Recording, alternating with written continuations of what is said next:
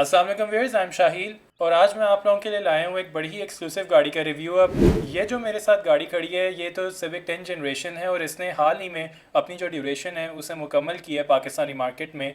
इसकी अब एक नई जनरेशन पाकिस्तान में लॉन्च की गई है विच इज़ द 11 जनरेशन। और ऑल्दो सिविक 10 जनरेशन की तो बड़ी एक कल्ट फॉलोइंग थी ना सिर्फ पाकिस्तान में बल्कि पूरी दुनिया में, लेकिन 11 जेन का जो अभी तक रिस्पांस है वो काफ़ी ठंडा रिस्पांस आया है ड्यू टू वेरियस फैक्टर्स जो हम इस रिव्यू में डिस्कस करेंगे। तो फाइनली अब हम इस गाड़ी को डिटेल में रिव्यू करेंगे। Let's go.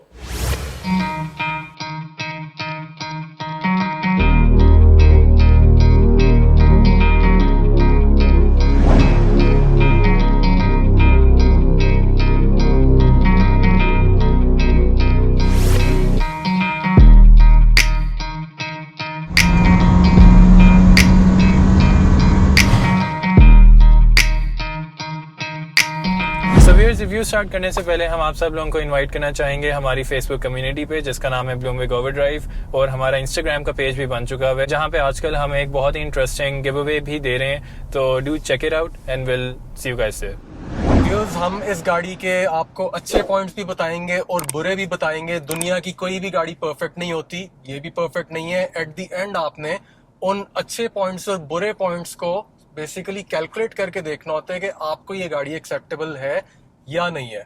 सबसे पहले बात करते हैं, शाहील ने बेसिकली कहा कि ये इस गाड़ी का जो रिस्पॉन्स है वो थोड़ा सा ठंडा है।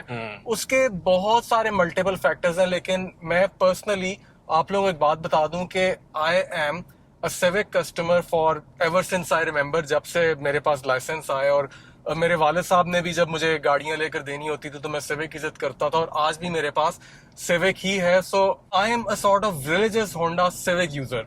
और मैं स्टार्ट करता हूँ अपनी जो ऑब्जर्वेशंस हैं उनसे इस मॉडल को लेके कि ये जो मॉडल है ये लॉन्च भी खैर ग्लोबली तो ड्यूरिंग कोविड पीरियड ही हुआ है। सो ये एक कोविड मॉडल है, मीनिंग के जैसे 10 जनरेशन एक ऐसी गाड़ी थी जिसको होंडा ने स्क्रैच से एक नई गाड़ी को डिजाइन किया था, एक टोटली नया कॉन्सेप्ट लेके आए थे। ये गाड़ी नई जोन सी है नहीं कह सकते आप इसको, ये गाड़ी 10 जनरेशन को इवॉल्व किया गया। और अगर आप होंडा की अपनी इंटरनेशनल ऑफिशियल वीडियोस भी देखें, आप ग्लोबल रिव्यूज भी देखें, तो कॉन्स्टेंटली यही कंपैरिजन हो रहा है कि 10 जनरेशन में क्या क्या चेंजेस करके इस गाड़ी को लॉन्च किया गया है और इसको इम्प्रूव किया गया है ओवर द प्रीवियस जनरेशन। बिल्कुल।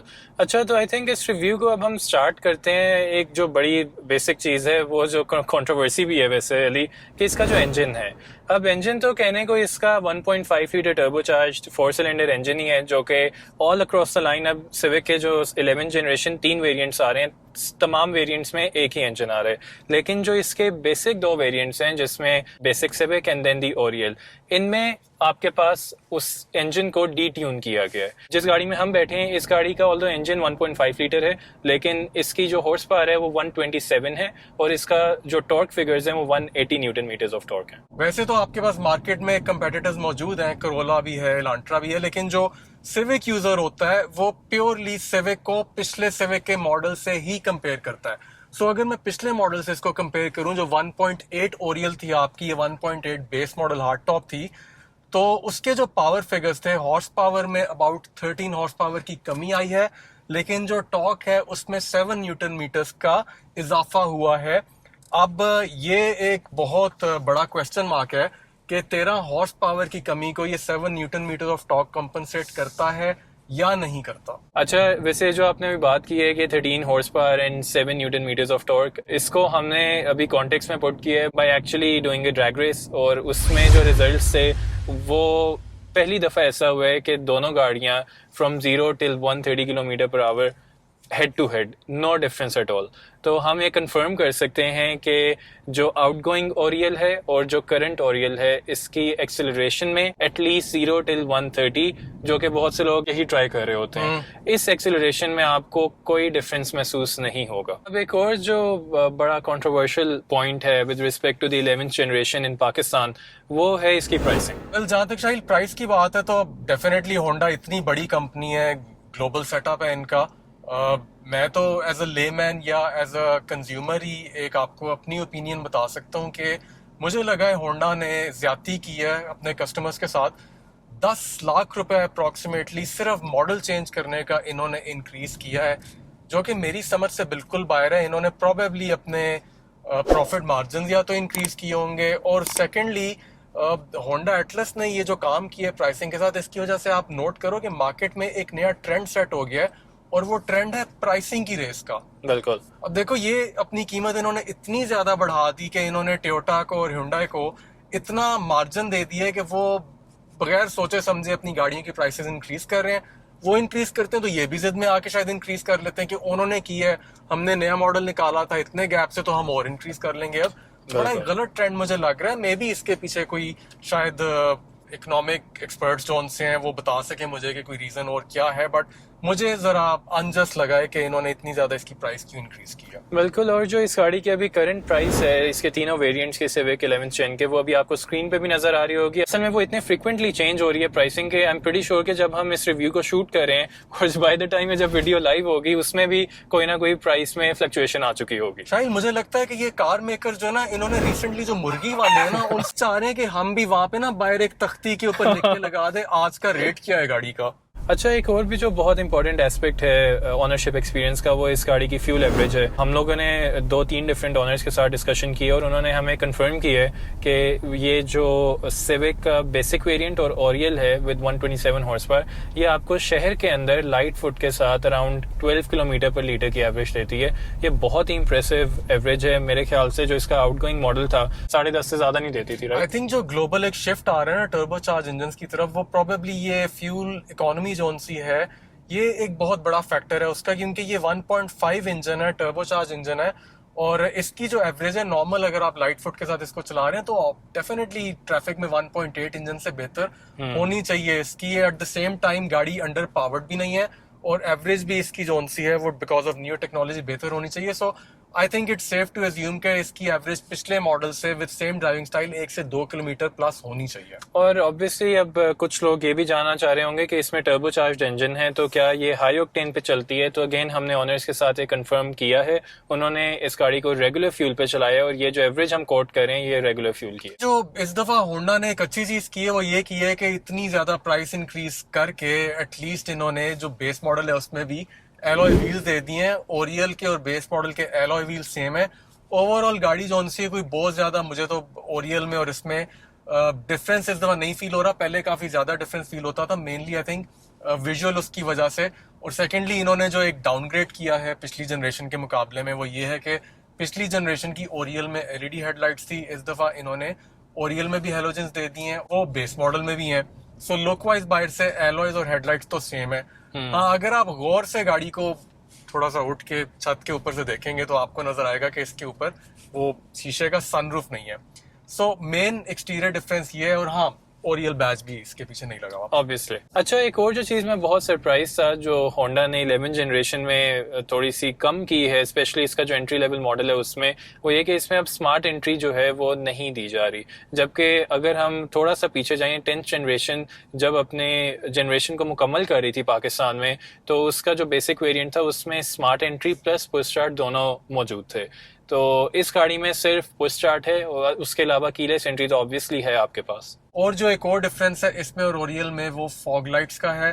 जो स्मार्ट एंट्री शाहील ने मेंशन की वो ओरियल में अवेलेबल है, इस मॉडल में नहीं है। जो नेविगेशन यूनिट है वो मल्टीमीडिया यूनिट है, उसका भी ऑफ कोर्स फर्क है गाड़ी के अंदर। इस गाड़ी के अंदर बेसिक जो आपको ऑप्शन मिलती है सीट्स की वो फैब्रिक सीट्स की है, वेयरएज ओरियल में लेदर अब स्टैंडर्ड हो चुका है। इसमें आप ऑप्शनल लेदर सीट्स ऐड करवा सकते हैं।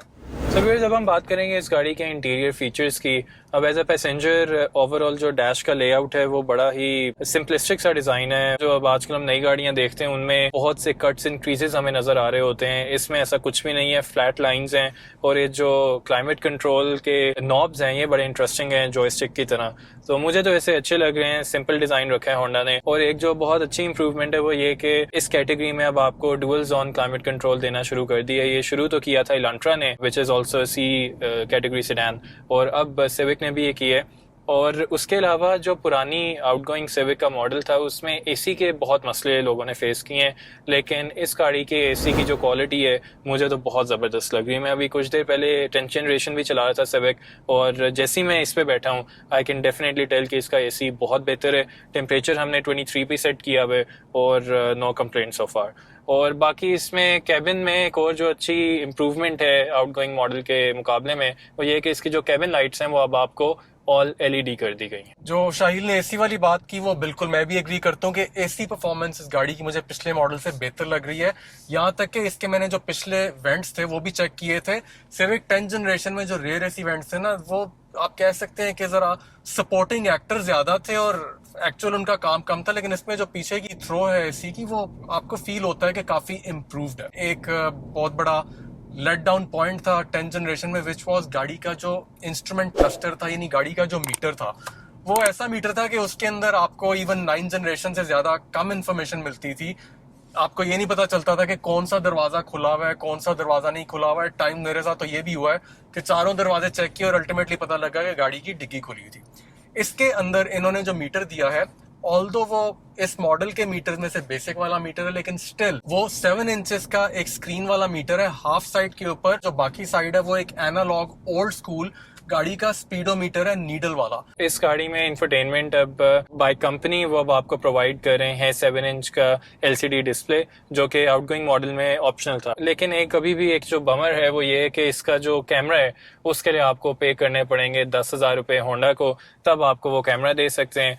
और जो कैमरा की क्वालिटी है वो अच्छी है, पिछले मॉडल से थोड़ी सी इम्प्रूव्ड है, और इसमें जब आप गाड़ी को रिवर्स करते हैं तो उसमें डायनामिक गाइडलाइंस भी आती हैं। कैमरा जो इसका ऑप्शनल है वो सिर्फ बेस मॉडल के लिए ऑप्शनल है। ओरियल में और आरएस में जो कैमरा है वो फैक्ट्री फिटेड आता है और उसका जो यूनिट है वो भी बड़ा है इससे। अभी भी जो सीट एडजस्टमेंट है उसमें हाइट की एडजस्टमेंट के ऑप्शन पैसेंजर के लिए नहीं है, और ड्राइवर के लिए भी जो एडजस्टमेंट्स हैं वो अभी तक मैनुअल हैं। होंडा पता नहीं क्या कर रहा है कि इतनी महंगी गाड़ी है एंड इवन देन आपको वो मैनुअल लेवर्स के साथ ही गाड़ी की सीट को एडजस्ट करना पड़ता है। तो आई डू होप कि जिस हिसाब से कीमतें बढ़ी हैं उस हिसाब से फीचर्स भी बढ़ाए जाएं। लेट्स सी कि कब ये ऑटो सीट्स देते हैं। प्राइसिंग इंटरनेशनल वेरिएंट्स वाली होती है और चीजें जो उनसी हैं वो इतनी ज्यादा मिसिंग होती हैं कि मेरा ख्याल है जो लिस्ट है वो काफी लंबी है। बिल्कुल। जो कंफर्ट है मुझे तो ये 10th जेन के मुकाबले में गाड़ी कंफर्टेबल लग रही है। आपके ख्याल से कैसी गाड़ी? स्लाइट इम्प्रूवमेंट है। जैसे अभी भी मैं इतनी देर से गाड़ी चला रहा हूँ तो मुझे अब जाके ना थोड़ा सा फील होना शुरू हो गया कि सीट्स इसकी भी कोई सॉफ्ट नहीं है। इनिशियली 10th जनरेशन से बिल्कुल बेहतर लगती हैं, लेकिन अभी भी वो सॉफ्टनेस नहीं है जो फॉर एग्जांपल आपको करोला में मिलती है या एलांट्रा में मिलती है। Still that level is not there. मेरा ख्याल है होंडा ने ओवरऑल इस गाड़ी को ना एक जो पहले इसका कैरेक्टरिस्टिक होता था सिविक का, जो सिविक फैन बॉयज जिस वजह से उसको लेते थे, वो होता था कि इसके अंदर एक शार्पनेस होती थी, एक हार्शनेस होती थी, एक स्पोर्टीनेस होती थी। सो ओवरऑल होंडा ने एवरी एस्पेक्ट ऑल राउंड इस गाड़ी को थोड़ा सा मेरा ख्याल है सॉफ्ट की है, थोड़ी सी एग्जैक्टिव फील देने की कोशिश की, और वो चीज़ इन्होंने स्टार्ट की है गाड़ी की शेप से, गाड़ी के डिज़ाइन से, और उसको ये लेके गए गाड़ी के राइड कंफर्ट और ओवरऑल ड्राइव तक। बिल्कुल। इसी में मुझे आप बता रहे थे कि इसका स्टीयरिंग का रिस्पांस बड़ा लाइट उन्होंने कर दिया, राइट? हाँ बिल्कुल, स्टीयरिंग का डेफिनेटली फर्क है। आप इमीडिएटली अगर 10th जनरेशन के बाद ये गाड़ी चलाएंगे तो आपको फील होगा कि 10th जनरेशन का जो स्टीयरिंग है वो थोड़ा सा शार्प, स्पोर्टी और एजाइल है। उसकी मतलब हैंडलिंग आपको जरा ट्रैफिक में ना आपको शार्प लगती है। इसकी लाइटनेस ज्यादा है इसके स्टीयरिंग की, so you feel more comfortable driving this car. आपको बहुत ज्यादा एफर्ट नहीं पुट इन करनी पड़ रही। बिल्कुल। अच्छा, फिर प्रैक्टिकलिटी में एक और चीज़ जो है वो इस गाड़ी के कप होल्डर्स और जो कभी स्पेसेस हैं, तो इस गाड़ी में टोटल हमारे पास 8 कप होल्डर्स हैं, जिसमें जो बॉटल होल्डर्स हैं वो तमाम दरवाज़ों में मौजूद हैं। जहाँ पे आप डिस्पोजेबल कप्स अपने स्टोर कर सकते हैं वो यहाँ पे सेंटर आपके पास कंसोल में 2 कप होल्डर्स हैं। उसके अलावा जो पिछला आर्मरेस्ट है उसका भी जब आप नीचे करते हैं उसमें भी 2 कप होल्डर्स मौजूद हैं। गियर लीवर इन्होंने थोड़ा सा टुवर्ड्स ड्राइवर शिफ्ट किया है, विच by the way reminds me कि इसका जो गियर नॉब है उसका साइज भी पिछले मॉडल के मुकाबले में छोटा है, काफी स्लीक है। बिल्कुल। लेकिन मुझे ओवरऑल इसके सेंटर कंसोल का जो डिजाइन है, लेआउट है, वो बहुत यूरोपियन लग रहा है और इट्स अ गुड टच। मेरे ख्याल से गाड़ी जो है वो बेहतर डायरेक्शन में जा रही है when it comes to styling. हाँ, इतने पार्ट के अंदर आप ठीक कह रहे हो, लेकिन जो डैशबोर्ड वो जैसे आपने भी कहा था कि बिल्कुल फ्लैट और मिनिमलिस्टिक है, वो कंट्रोवर्शियल है, आपको वो मे भी ठीक लग रहा हो, लेकिन मुझे लग रहा है कि जैसे पुराना कोई 60s का रेडियो नहीं होता था जाली और नॉब्स वाला, कुछ उससे इंस्पिरेशन ली हुई है। मे भी रेट्रो डिजाइन है, शायद गाड़ी चला के टाइम के साथ अगर आप एज एन ओनर इसके यूज टू हो जाएंगे तो आपको अच्छा लगेगा। तो इवन होंडा ने खुद भी खैर कहा है कि जी इसकी जो फ्रंट विंड स्क्रीन है हमने उसको 2 इंचेस थोड़ा सा पीछे को पुश कर दिया as compared to previous model, and that actually shows, वो आपको फील होता है, प्रॉपर पता लगता है, बिकॉज इसका जो ये डैशबोर्ड की डेप्थ है ना ये कम है और जो विंड स्क्रीन है वो ज्यादा, इट्स ऑन योर फेस, आपके ज्यादा करीब आई हुई है। वो जो सेफ्टी फीचर्स हैं अगेन वो all across the board, Honda ने इस दफ़ा सिर्फ 2 ही एयरबैग्स दिए हैं तमाम गाड़ियों में, और वो भी एक ऐसी चीज़ है जो मेरे ख्याल से कम से कम आरएस और ओरियल में इन्हें 6 एयरबैग्स देने चाहिए थे, लेकिन वो नहीं दिए गए। ठीक है, उन्होंने होंडा सेंसिंग को काफ़ी एडवर्टाइज किया है और उसको अभी बहुत नेक्स्ट लेवल उन्होंने कोई ऑटोनोमस ड्राइविंग का फीचर दिया, उसे हम टेस्ट करेंगे और उसकी भी जो प्रैक्टिकलिटी है वो हम आपके साथ शेयर करेंगे once we review the car. जहाँ तक इसकी एनकैप रेटिंग की भी बात की जाए, वो टेस्टेड देखें होती है इधर इन यूएस और यूरोप, तो उसके जो रिजल्ट्स हैं वो ज़्यादातर पाकिस्तानी गाड़ियों में एप्लीकेबल नहीं होते, क्योंकि सेफ्टी फीचर्स जो पाकिस्तान में दिए जाते हैं वो रेगुलेटेड नहीं होते। इस वजह से हम फिर भी एनकैप रिपोर्ट जो है वो आपको स्क्रीन पे हम लगा देंगे, आप चेक कर सकते हैं एज अ रेफरेंस के 11th जनरेशन सिविक की एनकैप सेफ्टी रिपोर्ट कैसी थी। शाहिल, वो भी अगर आप याद करो इसकी जो लॉन्च सेरेमनी थी इसके ऊपर उन्होंने कोट किया था एशियन जो एनकैप रेटिंग होती है, आसियान जो एनकैप रेटिंग होती है वो कोट की थी, लेकिन वो इस गाड़ी पे बिल्कुल एप्लीकेबल इसलिए नहीं बिकॉज पूरे एशिया के बाकी जितने रीजन्स हैं उसमें वो जो एनकैप रेटिंग है वो उस गाड़ी की जिसमें 6 एयरबैग्स हैं। रेयर स्पेस के बारे में आपका क्या ख्याल है? हाँ, रेयर स्पेस में सिग्निफिकेंट इम्प्रूवमेंट है। अगर आप बेसिकली एक रेयर पैसेंजर की तरह इस गाड़ी को यूज करना चाहते हैं, आपने ड्राइवर को गाड़ी देनी है और आपने पीछे बैठना है, तो आई थिंक आप एक अच्छी जगह पे होंगे और आपको एक कंफर्टेबल ड्राइव मिलेगी। बिल्कुल, रेयर स्पेस के अंदर एक डिफरेंस आपको फील होता है, अगर आपके फैमिली मेंबर्स भी ज्यादा है, एडल्ट ज्यादा है, तो पीछे they'll be more comfortable as compared to the previous model. So viewers, अब हम इस गाड़ी का कैबिन इंस्टॉलेशन टेस्ट करेंगे by using this app on the phone, और इसमें हम इसको जब एक बार टेस्ट करेंगे बाद में कंपेयर भी करेंगे इसी लीग की जितनी भी हमने गाड़ियां अभी तक टेस्ट की हैं। So let's go.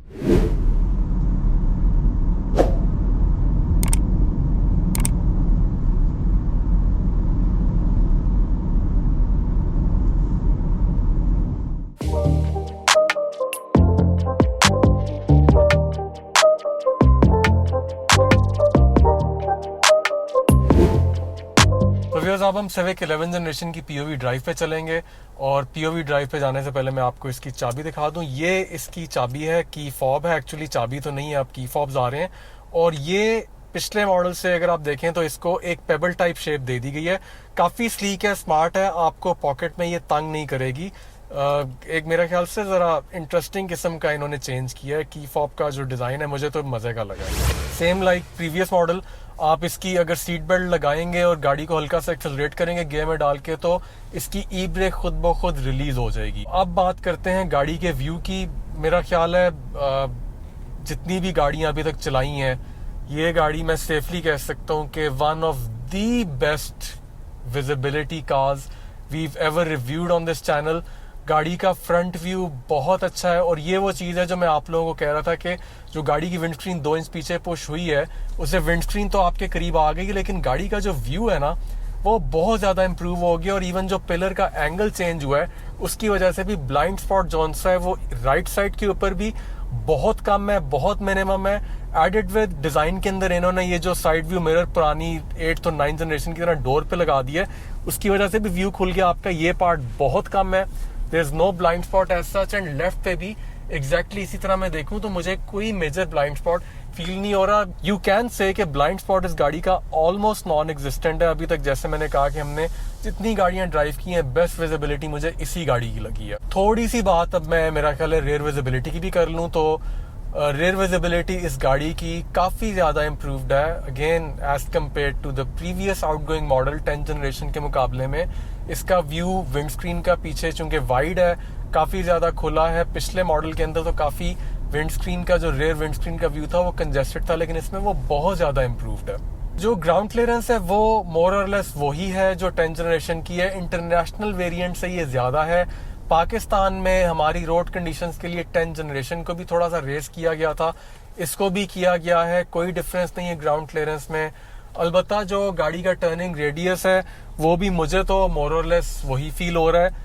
ओवरऑल गाड़ी को अगर आप ड्राइव की फील की बात करें तो कोई बहुत ज़्यादा पिछली जनरेशन के मुकाबले में आपको डिफरेंस फील नहीं होगा। स्लाइट एक जैसे हमने बात की थी कि गाड़ी के अंदर एक थोड़ी सी स्पोर्टीनेस की फील कम हुई और सॉफ्टनेस की ऐड हुई है, वो एक फैक्टर अगर आप बहुत गौर से ढूंढना चाहेंगे तो शायद आपको वो फील हो इस गाड़ी के अंदर। अब बेस मॉडल में चूंकि स्मार्ट एंट्री भी मिस कर दी गई है तो इसलिए यहाँ पे इसका ट्रंक रिलीज भी नहीं है और आपको फॉब से ही इसका ट्रंक खोलना पड़ेगा या फिर जो आगे ड्राइवर के पास बटन है उससे। इसका जो ट्रंक है वो चलें अच्छी बात है कि हाइड्रोलिक है, पूरे का पूरा खुद खुल जाता है, आपको एफर्ट करने की ज़रूरत नहीं है। और इन टर्म्स ऑफ स्पेस वही कैरी ओवर है 10 जनरेशन का। सो व्यूअर्स, अब हमने इस गाड़ी को बहुत ही डिटेल में रिव्यू किया है एंड ऑब्वियसली अब ये हम उस पार्ट पे आए हैं इस रिव्यू के जहाँ पे हम आपको अपना वर्डिक्ट देते हैं गाड़ी के मुतालिक। अली, सिंस आप होंडा के बड़े देर से यूज़र हैं and you really like civic in general, तो क्या ख्याल है, ये 11 जनरेशन आप खरीदना चाहेंगे? In one word, no. अच्छा, अब उसकी रीज़न क्या है? शाहिल, उसकी देखो मल्टीपल रीजन है बहुत सारी, और वो रीजन ये है कि ठीक है ओवरऑल ये गाड़ी अच्छी है, बुरी नहीं है, लेकिन मुझे कोई बहुत ज्यादा इस गाड़ी के अंदर ना वो वाव फैक्टर नहीं फील हो रहा जो सिविक का एक नया मॉडल आने पे होता था। देखो नॉर्मली एक सिविक फैन जो होता है, एक सिविक यूजर जो होता है, वो जब भी कोई नई सिविक की जनरेशन आती है, नया मॉडल आता है ना, तो वो कहता है कि यार तूने नई सिविक चेक की है जाके। इस दफा क्या हो रहा है, ये रिएक्शन मुझे नहीं देखने को मिल रहा, ना ये रिएक्शन मेरे अंदर से निकला है। इस दफा वो है, अच्छा नई सिविक आ गई है, देखी है तुमने, नहीं देखी। So that's the main difference. और सबसे जो बड़ा डिफरेंस है वो ये कि एक तो वाव फैक्टर नहीं है, सेकेंडली गाड़ी की प्राइस नहीं, बिल्कुल जस्टिफाइड नहीं है। मॉडल चेंज करने के लिए मेरा ख्याल है अगर 3 से 4 लाख प्राइस इंक्रीज होता पिछले मॉडल पे तो शायद हजम हो जाता, बट इस प्राइस ब्रैकेट पे जाके इतनी, अगर आप सेडान यूजर नहीं है, अगर तो आप हार्डकोर सेडान यूजर हैं और आप बहुत बड़े होंडा के फैन हैं तो फिर आप ये गाड़ी ले लें। लेकिन अदरवाइज आप अगर सेडान यूजर हैं तब भी आपके पास इलांट्रा की ऑप्शन है। ऑल्दो एक जनरेशन पुरानी है ग्लोबली, लेकिन पाकिस्तान के लिए वो जनरेशन लेटेस्ट है और प्राइस का काफी डिफरेंस है, और उस गाड़ी की परफॉर्मेंस इससे नो डाउट बहुत जबरदस्त है, उसकी एवरेज भी अच्छी है। देन इलांट्रा के आपके पास जो फीचर्स हैं वो इससे बेहतर हैं, एंड ऑफ कोर्स अब वो गाड़ी 1 साल पाकिस्तान में उसने मार्केट को सरवाइव भी किया है, तो इस सेगमेंट में तो वैसे ही मार्केट पेनिट्रेशन बहुत मुश्किल थी, लेकिन अब उसने आहिस्ता आहिस्ता अपना एक नाम बना लिया है इस मार्केट। और सेकंड जो फैक्टर मैं कहने लगा था वो ये कि अगर आपको सेडान्स का शौक नहीं है तो अनलिमिटेड ऑप्शंस हैं आपके पास क्रॉसओवर कैटेगरी के अंदर। और अगर ऐसी सिविक की मैं बात करता हूँ, बाय द वे इंटरेस्टिंगली शुरू में आपको याद होगा आप मेरे साथ ही गए थे कि होंडा वाले जस्टिफाई कर रहे थे कि जी ये इसलिए इसकी प्राइस ऐसी है क्योंकि ये गाड़ी सोनाटा को कम्पीट करती है। सो प्लीज नो वे, ये गाड़ी सोनाटा को बिल्कुल कम्पीट नहीं करती।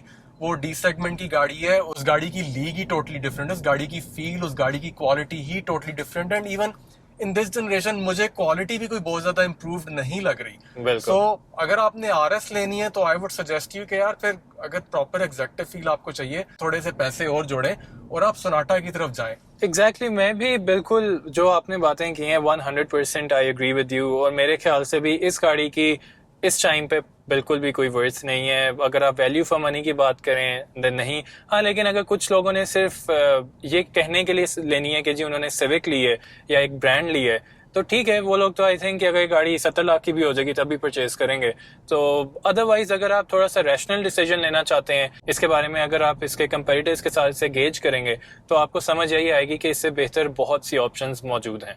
अगेन हर किसी की अपनी पर्सनल ओपिनियन है और ये पर्सनल ओपिनियन मेरी और शाहिल की आपकी डिफरेंट हो सकती है। सो व्यूअर्स, ये तो था हमारा होंडा सिविक 11 जनरेशन का डिटेल रिव्यू। ये अभी ऑब्वियसली हमने ओरियल और हार्ड टॉप वेरिएंट का इसका रिव्यू किया है। इसका जो top of the line RS variant है वो भी हम आपके लिए जल्द ही करेंगे रिव्यू। उम्मीद है कि आपको पसंद आया होगा। अपनी राय हमसे शेयर करें in the comments below. Till then, अल्लाह हाफिज एंड ईद मुबारक। ईद मुबारक एंड अल्लाह हाफिज।